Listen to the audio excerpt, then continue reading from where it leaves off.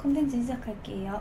자, 여러분들 그 사람이 실존 인물이냐 아니냐를 떠나서 잔다르크라는 인물에 대해서는 한 번씩 들어보셨을 거예요. 그러면 잔다르크가 정말 실존 인물은 맞는 걸까? 그냥 전설 속에 나오는 인물 같은 게 아니었을까를 알기 위해서 우리는 오늘도 역사 공부를 할 겁니다. 잔다르크가 왜 혜성처럼 나타나서 무슨 공을 세웠길래 여전사로 불리며 지금까지도 기억이 되고 있는지, 어떤 업적을 세운 건지 당시 상황에 대해서 우리는 알아야 됩니다. 근데 여러분들의 생각보다 조금 복잡해요. 그러니까 눈을 크게 뜨고 잘 한번 들어봅시다.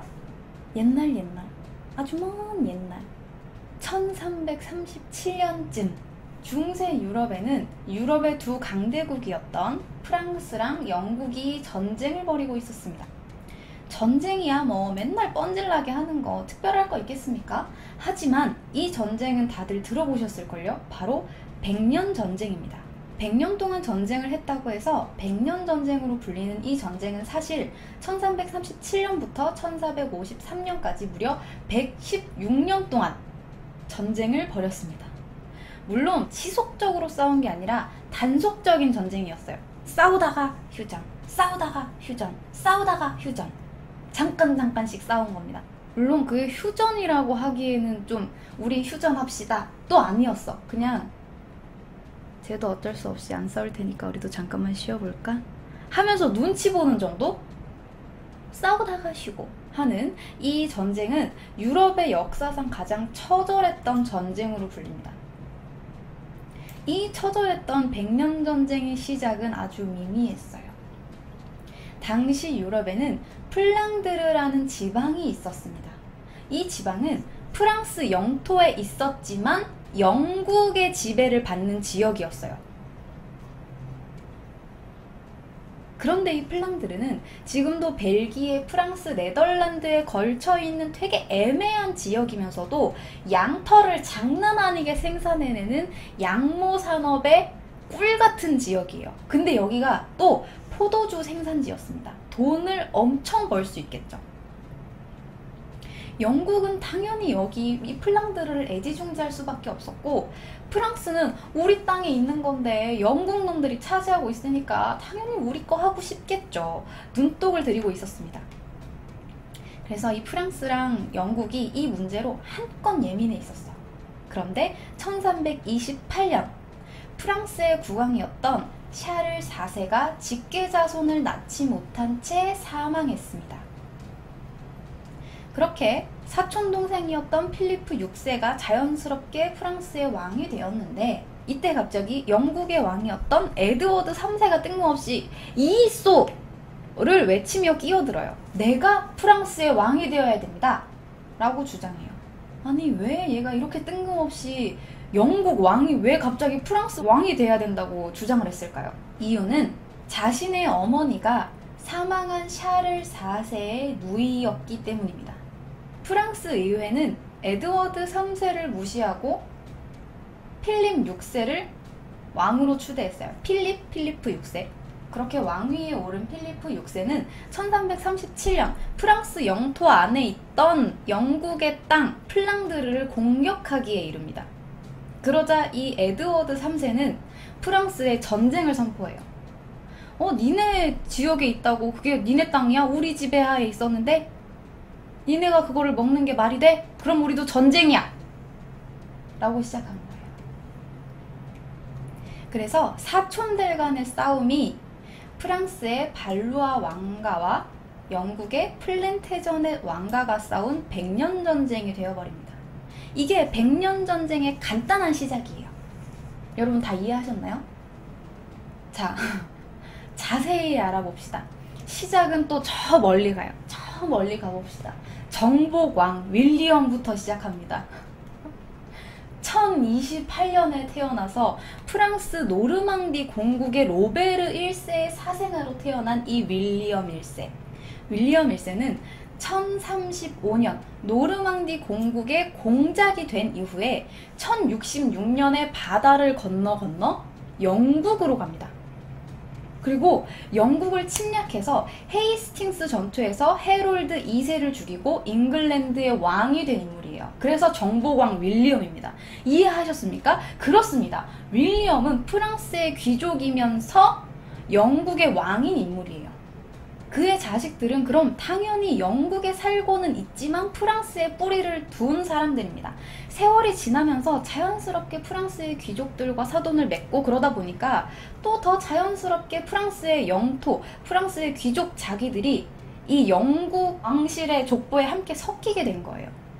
그렇게 윌리엄의 정복에 이어 많은 일이 있습니다. 카노사의 굴욕도 있고 아비뇽 유수도 있고 중간에 십자군 전쟁도 해야 되고 그렇게 200년을 뛰어넘어요. 자, 그리고 다시 필리프 3세로 가봅시다.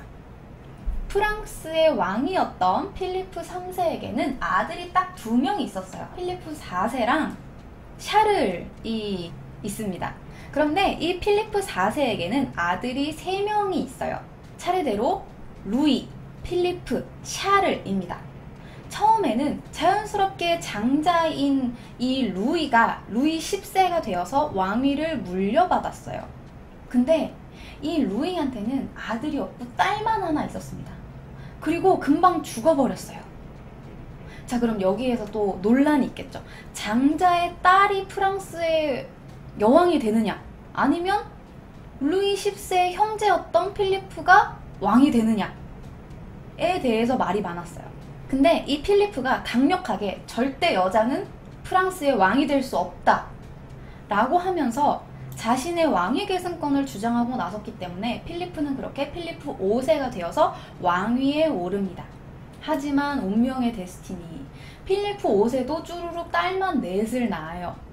그리고 자기가 했던 말에 오히려 자기가 당해서 눈물을 머금고 자기 딸들 대신 자기 동생한테 또다시 샤를에게 왕위를 넘겨주게 됩니다. 이것이 샤를 4세입니다. 근데 아까 이야기했듯이 샤를 4세는 아예 아이를 낳지 못하고 사망해버립니다. 자, 그렇다면 이제 남은 사람은 샤를 4세의 누이였으며 영국의 왕비였던 이사벨라가 있고요. 영국의 왕이었던 이 에드워드 3세가 또 왕위를 주장할 수 있겠죠. 물론 당연히 우리 할아버지가 왕이었으니까 나도 왕이 될 수 있는 거잖아요. 근데 이 에드워드는 당시 영국 왕이었단 말이에요. 자, 그러면 이 에드워드 3세 말고 또 누가 왕위에 오를 수 있을까요? 쪼로록 올라가 봅시다. 우리 할아버지의 동생, 작은 할아버지의 아들, 나의 사촌 필리프가 또 있습니다. 자, 그러니까 여기에서 문제가 되는 건 이 장자의 집안에서 내려온 여자가 낳은 아들이 왕이 되느냐, 아니면 둘째 왕자에게서 낳은 그 다음 아들이 왕이 되느냐에 대해서 말이 많았어요. 그러니까 당연히 에드워드 3세는 우리 할아버지 자기였고 우리 할아버지가 왕이었으니까 당연히 내가 왕이 될 수 있는 거 아니야? 이참에 영국이랑 프랑스 둘 다 먹어버리자 가 돼버린 거고요.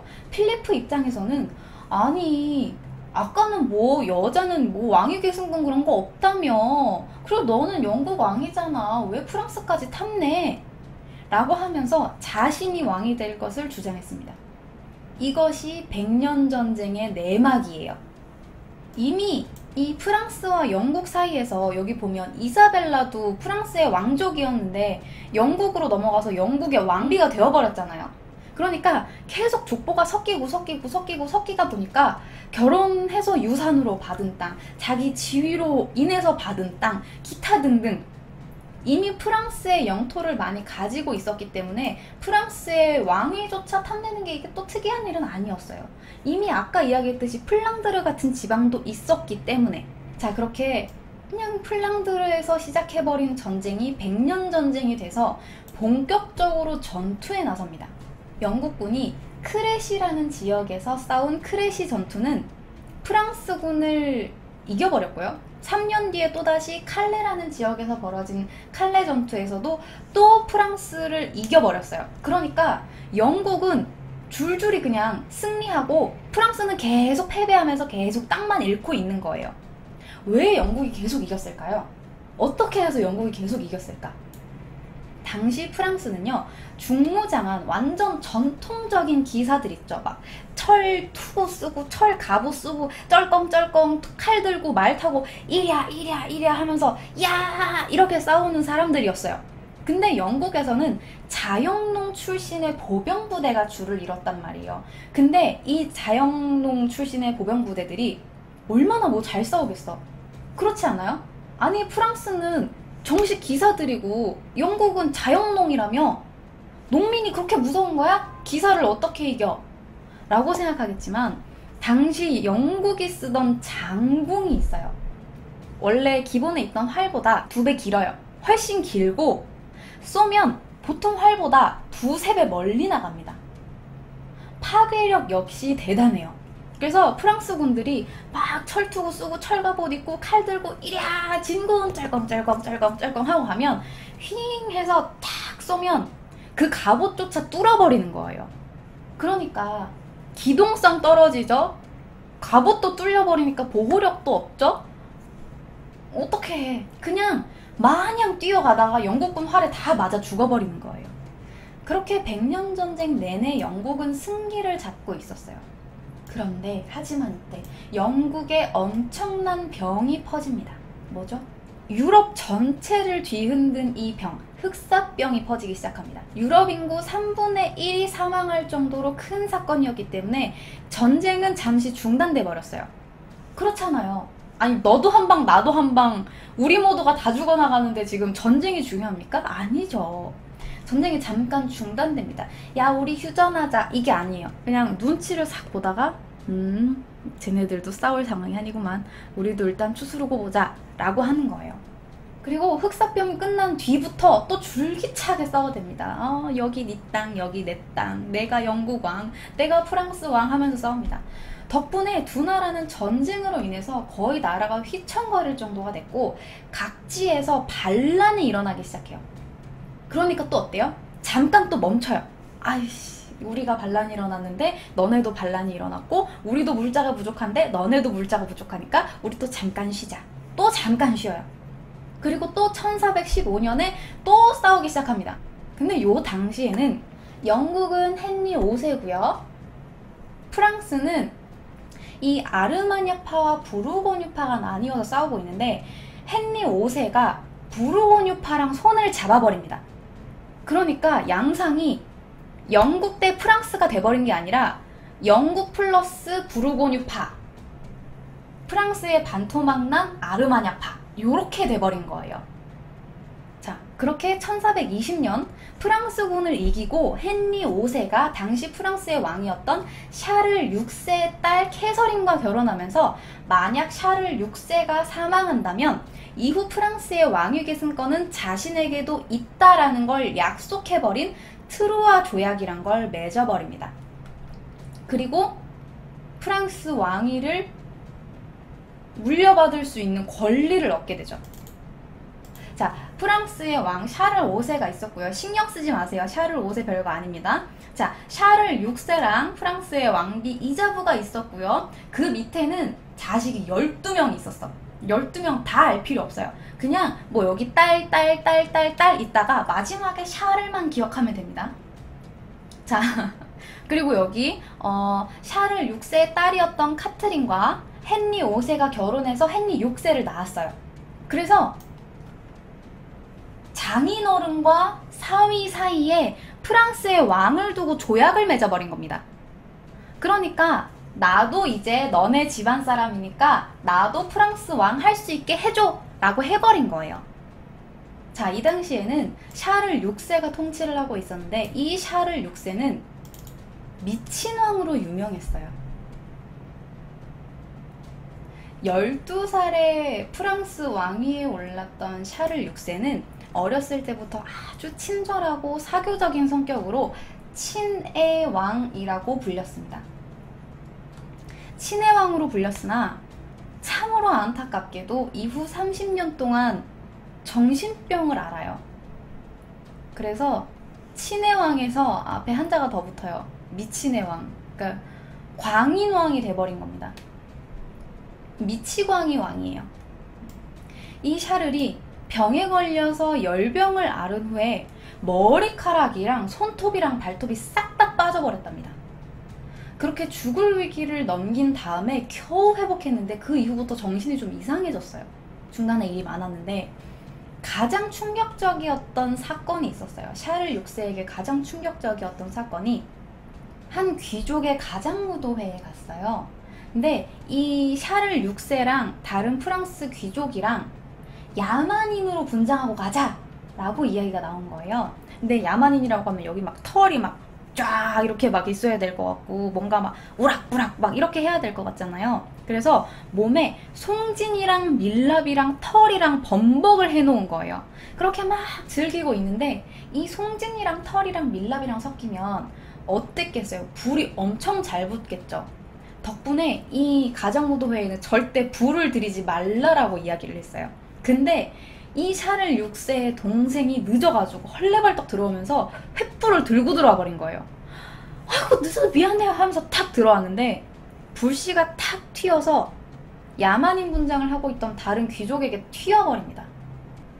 털이 바바방 하고 불이 붙어버려요. 산채로 타기 시작합니다. 야만인들이 불에 타기 시작해요. 근데 그 순간 샤를 6세는 어땠느냐? 다행히도 대화를 하고 있던 공작 부인의 기지로 왕이시여 이리로 숨어서서 하면서 치마를 걷어요. 그래서 치마 안에 뿅 하고 숨겨줘서 불이 안 붙습니다. 다행히도 불타 죽는 건 피했으나 다른 친구들이 방금까지 웃고 춤추고 즐기던 친구들이 불에 타서 죽어버리는 걸 본 이 샤를 6세는 제정신을 유지하기 힘들어했어요. 정상이랑 정신분열을 왔다 갔다 합니다.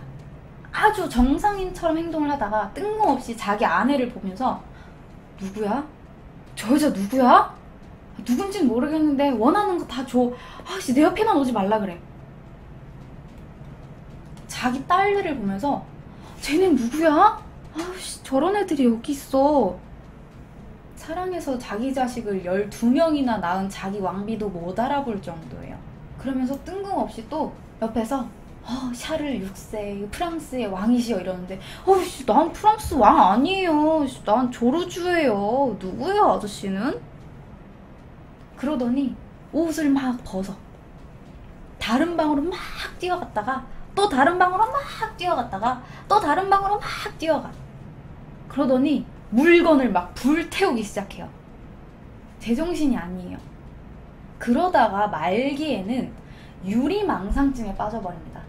유리망상증에 걸리면 자기 몸이 유리로 되어 있다고 믿게 돼요. 그래서 유리가 턱 부딪히면 어떻게 돼요? 와장창 깨지겠죠. 어디엔가 부딪히면 자기가 산산조각이 날 거라고 믿었어요. 그래서 주위 사람들은 아예 가까이 오지도 못하게 했고 옷 안에 철심을 대서 조심조심 움직입니다. 근데 이 샤를 6세가 아예 정신을 놔버렸으면 본인도 편했겠지. 근데 중요한 건 이 샤를 6세가 제정신과 제정신이 아닌 상태가 왔다 갔다 했다는 거예요. 종종 제정신으로 돌아올 때마다 오늘도 이불을 못 덮고 자겠구만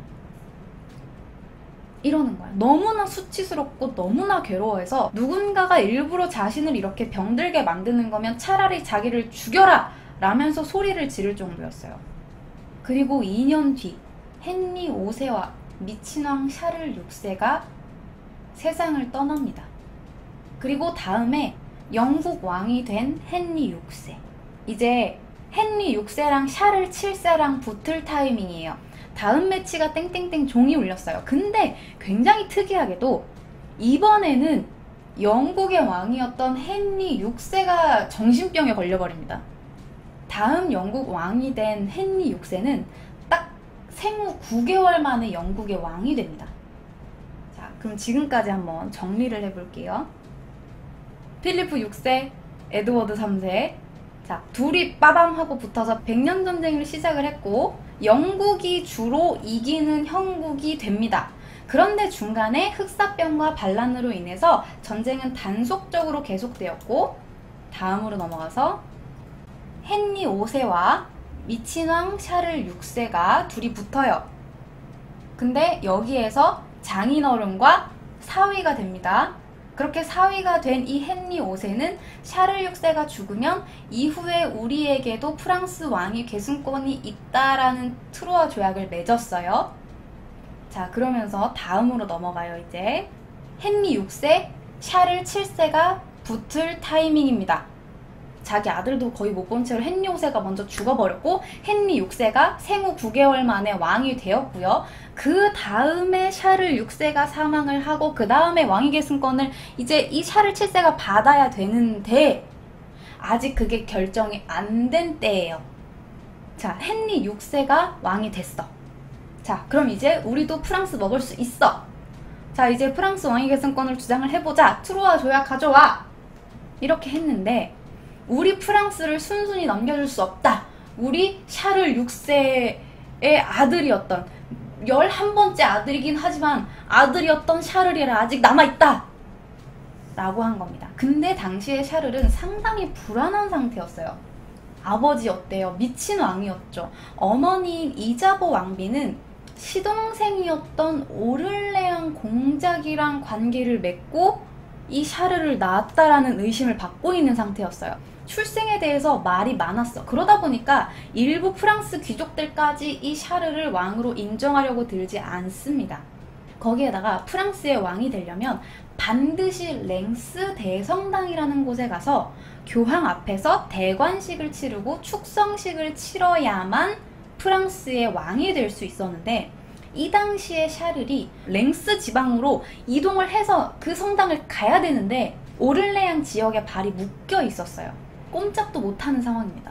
자, 이대로 영국군에게 포위가 되어 대관식에 가지 못하면 꼼짝없이 헨리 6세가 프랑스 왕을 먹을 판이에요. 절체절명의 순간 뜬금없이 한 소녀가 빠밤하고 나타납니다. 그 소녀의 이름이 바로 잔다르크입니다. 아유, 오늘 주인공이 드디어 나왔습니다. 잔다르크는 1412년에 태어났을 것으로 추정이 됩니다. 프랑스 동레미라는 지역의 작은 마을에서 소장농을 하던 아버지에게서 태어난 딸이었어요. 동레미라는 지역은 신성 로마 제국이랑 프랑스의 접경 지역에 있었고 100년 전쟁 때는 영국 편이었던 부르고뉴 공국과도 경계에 있었어요. 그러니까 분쟁 시기에는 여기 붙었다가 저기 붙었다가 막 프랑스 있었다가 막 영국 편이었던 부르고뉴 막 옆에 있고 막 난리가 난 거예요. 이 지역이 아주 혼란스러운 지역이었습니다.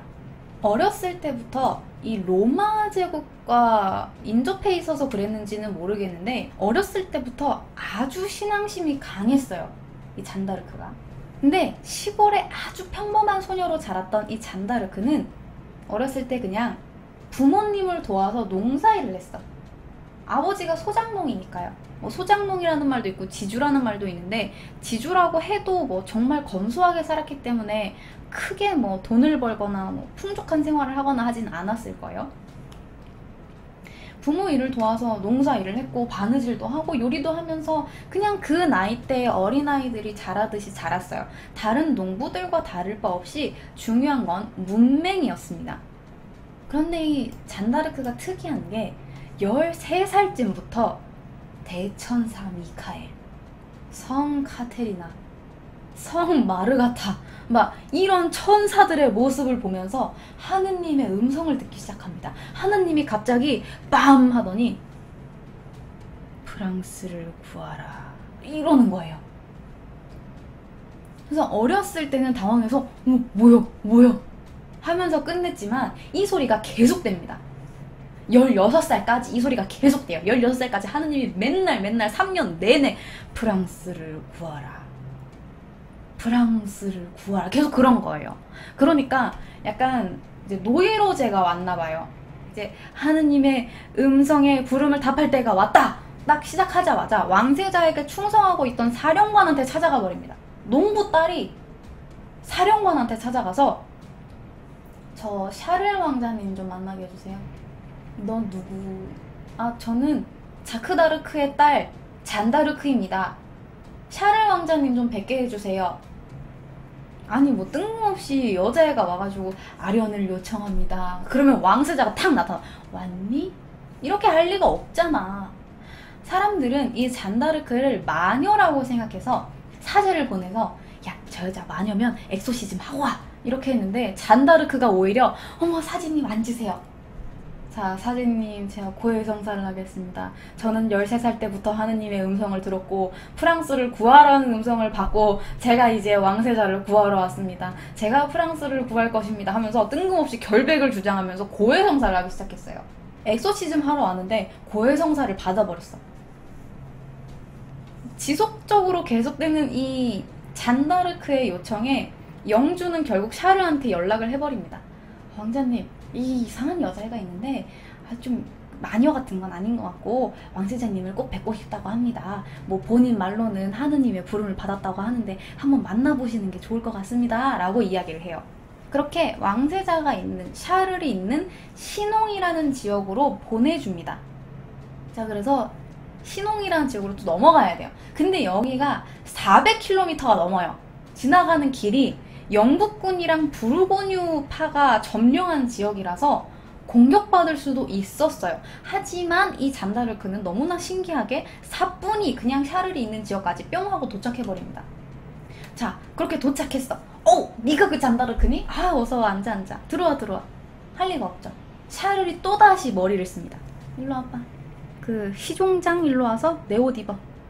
나는 시종장 옷을 입을 텐게 너는 내 옷 입고 왕세자인 척 하고 있어. 나는 그 여자를 시험해 볼 것이요. 그러면서 시종한테 자기 옷을 입혀놓고 자기는 무리 안에서 그냥 되게 초라한 옷을 입고 쭈구리 마냥 이러고 있습니다. 어떻게 됐을까요?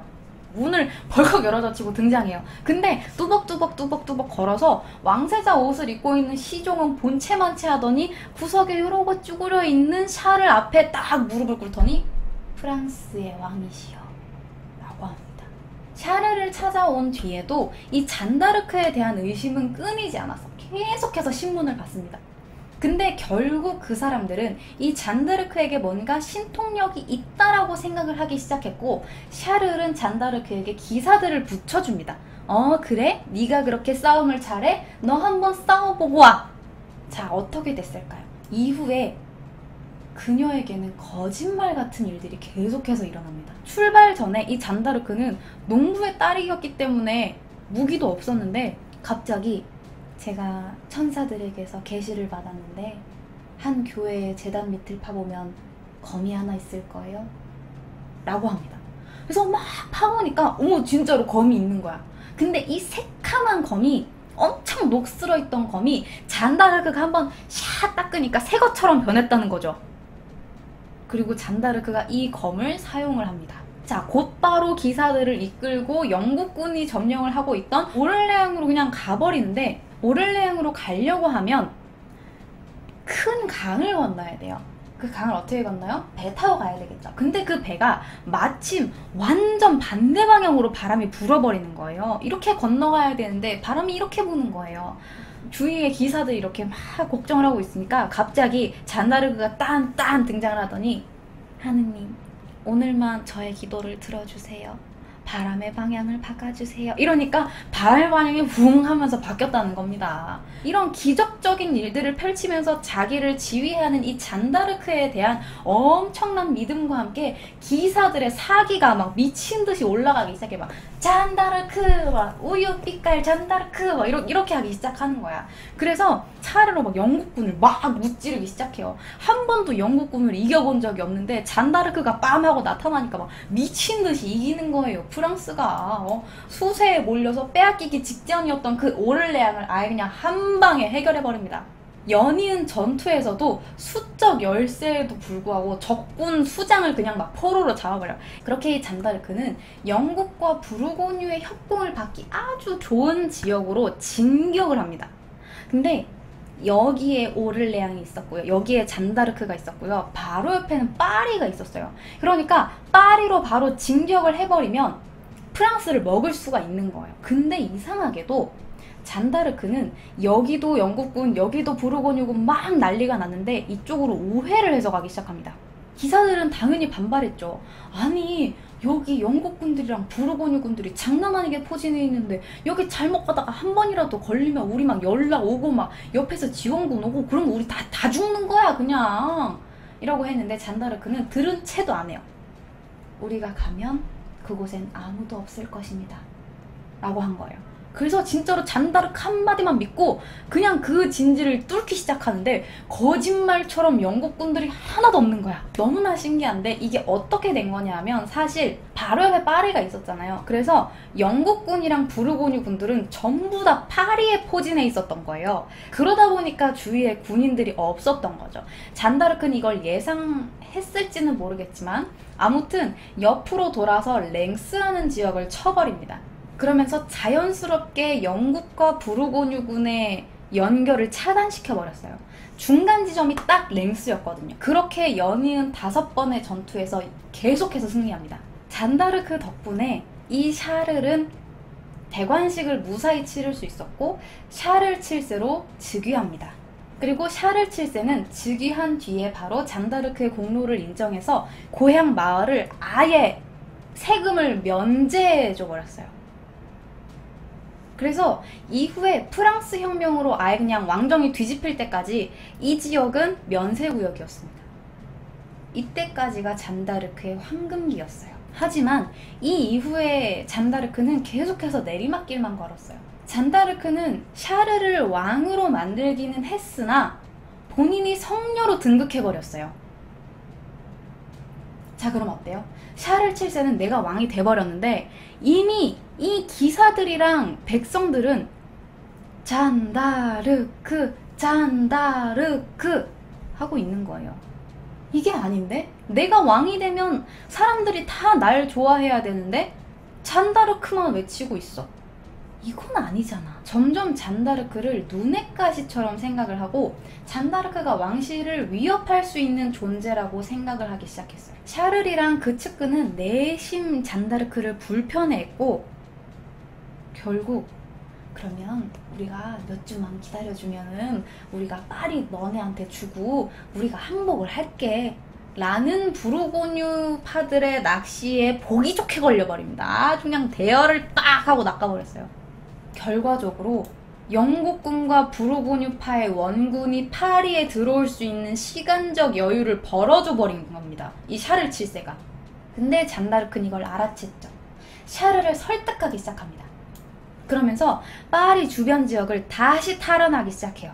영국군들을 와 하고 물리친 다음에 당연히 프랑스군이었던 잔다르크를 짠 하고 등장하면 프랑스 시민들이 와 잔다르크 하면서 성문을 팍 열어줄 거라고 생각했는데 이게 웬걸? 파리 시민들이 마녀다 마녀 왔어 마녀 죽여버려야 돼 하면서 오히려 파리에서 영국군들이랑 부르고뉴파들이랑 아예 그냥 합류를 해버립니다. 잔다르크의 파리 입성을 거부해버렸어요. 결국 잔다르크는 허벅지에 화살을 맞으면서도 지위를 멈추지 않았으나 장기화됐으면 당연히 파리니까 공성전 하면 이거 이길 수도 있거든요. 근데 전투를 단 이틀 만에 그냥 져버립니다. 왜? 왕실에서 물자를 더 이상 지원하지 않았거든요. 부르고뉴인이 쓴 저널에 따르면 당시 파리 시민들은 잔다르크가 군대를 이끌고 파리에 진격한다는 소식을 듣자마자 교회로 달려가서 기도를 하기 시작했대요. 저 마녀를 무찔러 주소서. 혹은 집으로 들어가서 문을 닫고 숨거나 아니면 무기를 준비하기도 했대요. 잔다르크랑 맞설 준비를 하고 있었던 거예요. 이후 잔다르크는 또다시 라샤리테라는 전투에 나갔는데 또다시 물자 부족으로 패배합니다. 계속해서 이렇다 할 승리를 거두지 못해요. 자, 그러다 보니까 프랑스 내에서도 점점 아니 이기지도 못하는데 저게 성녀가 맞아? 성녀 맞아? 아니 전에는 잘 이기더니 이번에는 왜 못 이기냐? 쟤 왜 저러냐? 라는 이야기를 하면서 성녀라는 이야기에 의문을 품기 시작합니다. 그리고 결국 샤를 7세는 잔다르크의 뜻을 꺾고 영국과 부르고뉴와 휴전을 시작했어요. 그러면서 당연히 잔다르크에게 귀족 자기를 주긴 했는데 뭐 땅도 없고 재산도 별로 안 주고 그냥 명예직이었어. 어떻게 보면 샤를이 너무 쪼잔하네요. 어떻게 샤를이 그럴 수가 있어요. 자기를 왕으로 만들어준 잔다르크한테 라고 할 수 있는데 샤를 입장에서는 그럴 수도 있었을 것 같아요. 왜냐하면 원래는 프랑스의 왕이 되려면 교회에 가서 교황의 승인을 받고 그 다음에 대관식을 하고 왕이 되어야 되는데, 샤를은 뜬금없이 나타난 잔다르크가 멱살을 잡고 앉힌 다음에 내가 하나님 음성 들었어, 너 이제부터 왕이야 해버린 거예요. 이렇게 하니까 불편한 거죠. 거기다가 샤를 7세는 전쟁을 원하지 않았어요. 평화롭게 끝내길 원했는데 잔다르크는 계속해서 전쟁을 치렀기 때문에 그걸 불편해했단 말이죠. 그렇게 해서 1430년 5월 휴전을 한 사이에 부르고뉴파가 또다시 힘을 키워서 다시 또 쳐나가기 시작합니다. 침입을 시작해요. 근데 잔다르크는 이렇게나 왕실에 배신을 당했으면서 또다시 부르고뉴파가 침입한다는 소식을 듣고 그 소수 병력만을 이끌고 또다시 부르고뉴파를 기습을 합니다. 근데 이때 한 병사가 쏜 활에 맞아서 옷을 잡혀서 그대로 낙마한 뒤에 포로가 되어버립니다. 이 잔다르크를 포로로 잡은 리니 백작이라는 사람은 나름 잔다르크를 정중하게 대해주기는 했는데, 이제 샤를 7세한테 연락을 한 거죠. 샤를 7세, 내가 잔다르크를 데리고 있는데 돈만 주면 내가 잔다르크 무사히 풀어줄게. 나 지금 되게 정중하게 잘 대해주고 있어. 돈만 줘! 라고 했는데 샤를 7세는 들은 척도 하지 않습니다. 리니 백작이 어떻게 하겠어요? 그럼 뭐 영국군한테 넘기지 뭐 하면서 영국군에게 넘겨버립니다. 그렇게 영국군 파리로 호송된 잔다르크는 파리에서 이단 신문관들에게 넘겨져서 이단 재판을 받게 됩니다. 흔히 잔다르크가 마녀 재판을 받았다고는 하는데 사실은 진짜 이단 재판을 받은 거예요. 이 이단 신문을 위해서 70명에 달하는 이단 전문 신문단이 만들어졌어요. 잔다르크 한 명을 조지기 위해서. 근데 잔다르크의 혐의를 입증하거나 자백을 받아내는데 완전히 실패합니다. 주교랑 신학 전문가 70명이 달려들었는데 문맹의 뭐 일자 무식인 이 시골 소녀를 말빨로 이기지를 못해. 첫 재판이 공개 재판이었어요. 당연히 이단 신문단들은 공개 재판해가지고 사람들이 우르르 있는데 너 이단이지 하면 예 제가 이단입니다 하면 막 사람들이 우와 이단이다 죽여라 이렇게 할 거라고 생각했는데 막 잔다르크가 말빨로 이겨버린 거야. 그러니까 두 번째 재판부터는 비공개 재판으로 해버립니다. 우리끼리 좀 조져보자 이렇게 해가지고 말도 안 되는 걸로 막 잔다르크를 신문을 하기 시작해요. 잔다르크에게 어떤 질문을 했냐면 검과 깃발 중에 어떤 게 좋냐? 라고 물어요. 여기에서 또다시 이제 시험에 들기 시작합니다. 칼을 좋아한다고 하면 사람들을 죽이는 막 살인을 하면 당연히 하나님의 가르침에 어긋나는 거 아닙니까? 그렇다고 해서 또 깃발을 들었다고 하면 너 정치범 너 이거 이렇게 하게 되는 거예요. 근데 잔다르크 뭐라고 했을까요? 저는 사람을 죽이기 싫어서 깃발을 들었을 뿐입니다. 안 넘어오네? 오이씨. 그러면 너 전쟁 나갔잖아. 너 사람 죽였어 안 죽였어? 이렇게 했는데 전 한 명도 죽인 적이 없습니다. 어이씨. 이게 아닌데? 자 그러면 다음 질문. 네가 하나님의 은총을 받고 있느냐? 이렇게 물은 거예요. 자 여기서 만약에 제가 은총을 받았습니다 라고 하면 너까짓게 감히 하나님의 은총을 어떻게 받아? 너 이거 이단? 너 거짓말? 이라고 하면서 몰아갔을 거고, 반대로 아닙니다 저는 하나님의 은총을 받지 않았습니다 라고 하면 너 이 저주받은 마녀 하나님의 은총도 못 받았어? 너 당장 화형. 이렇게 되는 거예요. 함정을 파고 기다리고 있는데 잔다르크는 또다시 이렇게 이야기합니다. 만약 제가 은총 상태에 있지 않다면 하나님이 저에게 은총을 베풀어 주시길 바라고, 제가 만약 은총 상태에 있다면 하나님이 계속해서 저에게 은총을 내려주시기를 바라옵니다. 이게 아닌데? 아무리 공격해도 이 잔다르크의 혐의를 입증을 할 수가 없어요. 이단이라는 증거가 안 나와. 그러니까 뜬금없이 잔다르크한테 이렇게 질문합니다. 너 남장했지? 잔다르크는 또 남장을 했었으니까 진짜로. 그래서 대답을 합니다. 저의 순결을 지키기 위해 어쩔 수 없이 남장을 했습니다. 아니 그렇잖아. 순결을 잃으면 또 정치적으로 종교적으로 범죄고 아니 뭐 어쩔 수 없이 순결을 지키기 위해서 그렇다고는 했는데 그 당시에는 여자가 남장을 한다는 건 이단이에요. 결국 말도 안 되는 이유들을 계속해서 고문을 한다 그러고 막 화형시켜버린다 그러고 너네 막 다 죽여버린다 그러고 그러던 이 교회한테 그냥 저는 그럼 교회의 처분을 따르겠습니다 라고 이야기를 해버립니다. 근데 교회가 문서를 하나 들고 옵니다. 자, 교회의 처분에 따른다고 했지? 그러면 너 여기다가 잔다르크라고 서명만 하면 돼. 그래서 잔다르크는 서명을 한 거예요. 근데 중요한 건 잔다르크는 문맹이었다는 거. 자기가 서명하는 이 종이에 뭐라고 적혀 있는지 하나도 못 따라본 거예요. 그냥 아무거나 끼적댄 거지. 자, 그렇게 해서 그때부터 이 잔다르크를 이단으로 만들기 위한 교회의 수작질이 시작이 됩니다. 예쁜 여자 옷을 입혀서 군인들한테 보내버려. 왜? 순결을 잃으면 이단이거든. 잔다르크는 또 어쩔 수 없이 다시 남자 옷을 입게 됩니다.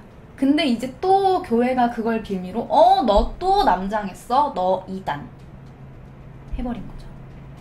결국 잔다르크는 마지막 소원대로 구경하기 위해 모인 루앙의 시민들과 영국 병사 몇 명에게 십자가를 받았어요.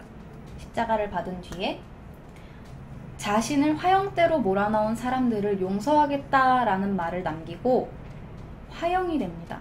그렇게 잔다르크의 화형식을 본 군중들과 몇몇 영국 병사들, 심지어 헨리 6세의 비서까지도 눈물을 흘렸다고 해요. 그리고 잔다르크에게 불을 질렀던 사형 집행인은 평생을 죄책감에 시달렸대요. 그리고 잔다르크가 화형이 돼서 죽어버리는 그 순간 그녀의 몸에서 비둘기가 뿅 하고 나타나더니 포로록 날아가 버렸다고 합니다. 물론 이건 전설입니다. 그런데 결국 이 잔다르크는 화형을 한 뒤에 다 탔는데도 그걸 3번이나 더 태웁니다. 그래서 아예 가루를 내서 쟤를 세네강에 그냥 뿌려버렸어요. 유해를 제대로 찾을 수 없도록. 그리고 아주 나중에서야 25년이 지난 후에야 샤를 7세가 잔다르크의 복권을 선언을 합니다. 그리고 교황청이 프랑스 왕실의 요청을 받아들여서 1456년 잔다르크에 대한 복권 재판을 지시했죠. 그리고 우리에게 잔다르크는 여전사, 성녀로 기억이 되고 있는 겁니다. 자, 이렇게 오늘 이야기는 여기까지입니다.